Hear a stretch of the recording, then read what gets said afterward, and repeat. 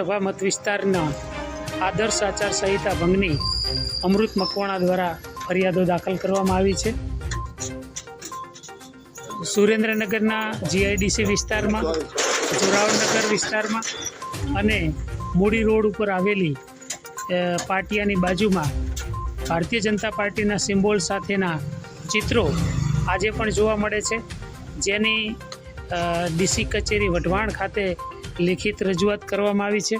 સાથે સાથે ચૂંટણી પંચમાં પણ ફરિયાદ દાખલ કરવામાં આવી છે. વઢવાણના જીઆઈડીસી વિસ્તારમાં સંતોષ પાર્કમાં દિવાલ ઉપર ભારતીય જનતા પાર્ટીના સિમ્બોલ સાથેના નિશાનો જોવા મળે છે. જોરાવનગર શાક માર્કેટની બાજુની દિવાલ પર પણ ભારતીય જનતા પાર્ટીના સિમ્બોલ જોવા મળે છે અને મૂડી રોડ ઉપર પણ અનેક જગ્યાએ ભારતીય જનતા પાર્ટીના સિમ્બોલ સાથેના ચિહ્નો આદર્શ આચારસંહિતાની અમલવારીના 20-22 દિવસ થયા, તેમ છતાં પણ અત્યારે આ સિમ્બોલો જોવા મળે છે.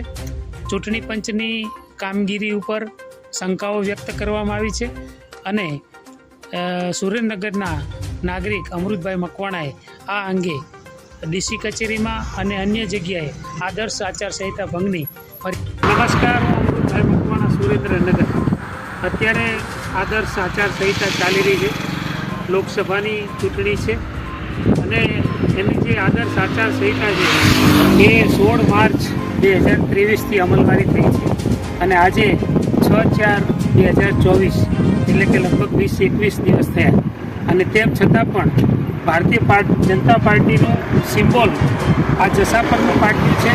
મૂડીનો રોડ છે, મૂડીથી સુરેન્દ્રનગરથી મૂડી જવાનો હાઈવે રોડ છે અને અહીંયા જસાપરનું પાટિયું છે અને એ જસાપરના પાટિયાની બે સામે અહીંયા ભારતીય જનતા પાર્ટીનું સિમ્બોલ જોઈ રહ્યા છે. અહીંથી રોજ મામલતદારશ્રી અને ચૂંટણી અધિકારીઓ પસાર થતા હશે અને તેમ છતાં પણ આદર્શ આચારસંહિતાની કડક અમલવારી આ અધિકારીઓ કરાવી નથી શક્યા. ક્યાંક ને ક્યાંક એ લોકો ભલે ભારતીય જનતા પાર્ટીનો પ્રચાર થતો આવી રીતે સુરેન્દ્રનગરની અંદર અને મૂડી તાલુકામાં આદર્શ આચારસંહિતાની અમલવારી થઈ રહી છે. આભાર.